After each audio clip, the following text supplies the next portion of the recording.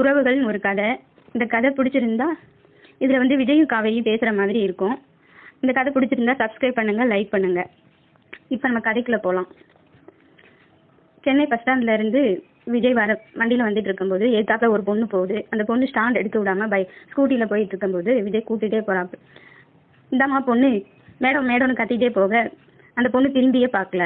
அப்புறம் பக்கத்தில் போகிறவங்க கிட்ட அந்த பொண்ணை நிப்பாட்ட சொல்லுங்கள் அப்படின்னு சொல்லவும் அவரும் நிப்பாட்டிட்டு போயிடுறாரு. பக்கத்தில் போன உடனேவும் ஏங்க எவ்வளோ தூரம் அவங்களை கூப்பிட்டுட்டே வரது, கேட்கவே கேட்காது அவங்களுக்கு அப்படின்னு. ஏங்க நீங்கள் கூப்பிட்றது உங்களை முன்ன எனக்கு தெரியாது, நீங்கள் கூப்பிட்டா எனக்கு எப்படிங்க கேட்கும் அப்படின்னு சொல்லவும் கீழே பாருங்கள் மொதல் வண்டி அப்படின்னு கீழே பார்த்தோன்னே ஸ்டாண்டு எடுத்து விடாமல் இருக்கு. ஐயோ சாரிங்க தெரியாமல் வந்துட்டேன். ஏங்க ஸ்டாண்ட் எடுத்து விடாம அளவுக்கு வண்டி எடுத்துகிட்டு வந்துட்டீங்களே, எங்கேயாச்சும் ஸ்பீடு பிரேக் இருந்து அடிச்சிருந்தா என்னங்க ஆயிருக்கும் அப்படின்னு. ஏங்க நான் தான் சாரி சொல்கிறேன் இல்லைங்க, தெரியாமல் தாங்க எடுத்துகிட்டு வந்துட்டேன்.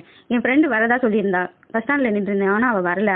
அவள் ஃப்ரெண்டோட வெளியே ஆஃபீஸ் போயிட்டேன்னு சொல்லிட்டா. அந்த இது குழப்பத்தில் தாங்க ஆஃபீஸுக்கும் லேட் ஆகிடுச்சுன்ட்டு நான் பேசாமல் வண்டி எடுத்துகிட்டு வந்தேன். அதுக்காண்டி வண்டி எடுக்கும்போது ஸ்டாண்ட் எடுத்தமா இல்லையான்னு கூட பார்க்காம வருவீங்க அப்படி. சரிங்க சாரிங்க அப்படின்னு சொல்லிட்டு திரும்ப சொல்ல இதுக்கு ஒன்றும் குறைச்சல் இல்லை அப்படின்னு சொல்லிட்டு விஜய் வண்டி எடுத்துகிட்டு கிளம்பிடுறாப்புல.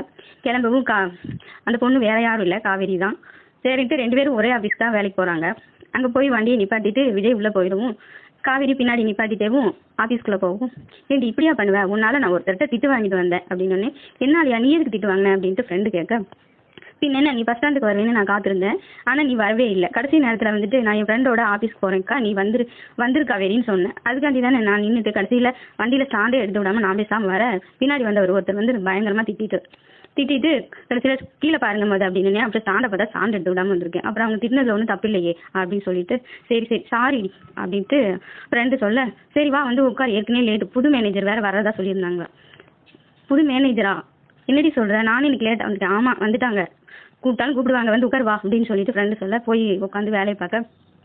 அப்போ எல்லாத்தையும் விஜய் போய் எல்லா அட்டெண்டன்ஸும் எடுத்து பார்த்துட்டு எல்லாரையும் கூப்பிட்டு ஒவ்வொருத்தராக பேசவும் அங்கே காவேரி போனால் கடைசியில் விஜய் உட்காந்துக்கிறத பார்த்து ஐயோ இந்த ஆள்கிட்ட ஏற்கனவே திட்டு வாங்கணுமே அப்படின்னு சொல்லிட்டு காவேரி மனசுக்குள்ள நினைக்க, ஹலோ மேடம் எங்கே பார்த்துட்டு இருக்கீங்க, இங்கே வாங்க அப்படின்னு சொல்லவும் பக்கத்தில் போய் நின்றுட்டு நீங்கள் இந்த ஆஃபீஸில் தான் வேலை பார்க்குறீங்களா? ஆமாம் சார், என் ஃப்ரெண்டால் தான் நான் லேட் ஆயிடுச்சு அப்படின்னு. தெரியுது பார்த்தாலேவும்.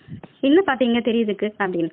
ஏங்க கிண்டல் பண்ணிட்டு இருக்கீங்களா, எவ்வளோ லேட்டாக வந்திருக்கீங்க, நான் ஃபஸ்ட்டு நாள் ஆஃபீஸ்க்கு வந்து எல்லாத்தையும் பார்க்கலான்ட்டு வந்தால் நீங்கள் என்னென்னா லேட்டாக வந்துட்டீங்க. ஏங்க நீங்கள் திட்டினதுலேயே எனக்கு டைம் போனதே தெரியலங்க அப்படின்னு. ஏங்க இதுக்கே திட்டினதா சொன்னால் அப்புறம் நல்லா பேசுறதுக்கு என்னங்க அர்த்தம், நீங்கள் ஸ்டாண்ட் எடுத்துள்ள நான் உங்களை கேள்வி கேட்டேன் அவ்வளோதானே அப்படின்னு. ஐயோ போதுங்க என்ன அந்த பிரச்சனையே வேண்டாம் அப்படின்னு சொல்லிட்டு உங்கள் பேர் என்ன, அதுதான் காவேரின்னு எழுதிருக்குமே அப்படி. ஓ காவேரியா அப்படின்னு சொல்லிட்டு என்ன வேலை பார்க்குறீங்க அப்படி.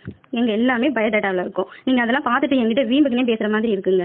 ஐயோ என்ன எது கேட்டாலும் இப்படியே பதில் சொன்னால் நாங்கள் என்னங்க பண்ணுறது அப்படின்ட்டு விஜய் சொல்ல, சாரிங்க நீங்கள் கேளுங்க நான் சொல்கிறேன் அப்படின்ட்டு அப்புறம் எல்லாத்தையும் கேட்டு பேசிட்டு சரி சார் அப்படின்னு சொல்லிட்டு வெளியே வந்துடும். எப்பா என்ன பேச்சு பேசுகிறாரு இருந்தாலும் சும்மா நொய்யின்ட்டு அப்படின்ட்டு என்னடி புலம்பிட்டு வரேன். அதான் காலையில் திட்டினாருன்னு சொன்னேன்ல, அவர் இவர் தாண்டி என்னை திட்டிட்டு வந்தார். அப்படியா பரவாயில்லையே, இந்த டெய்லி போட்டவன் தான் அப்படின்னு. வாயை மூடு அப்படின்னு சொல்லிட்டு காவேரி சொல்ல, சரி விடுடி வா வந்து உட்காரு அப்படின்னு சொல்லிட்டு 2 பேரும் வேலை பார்க்குறாங்க.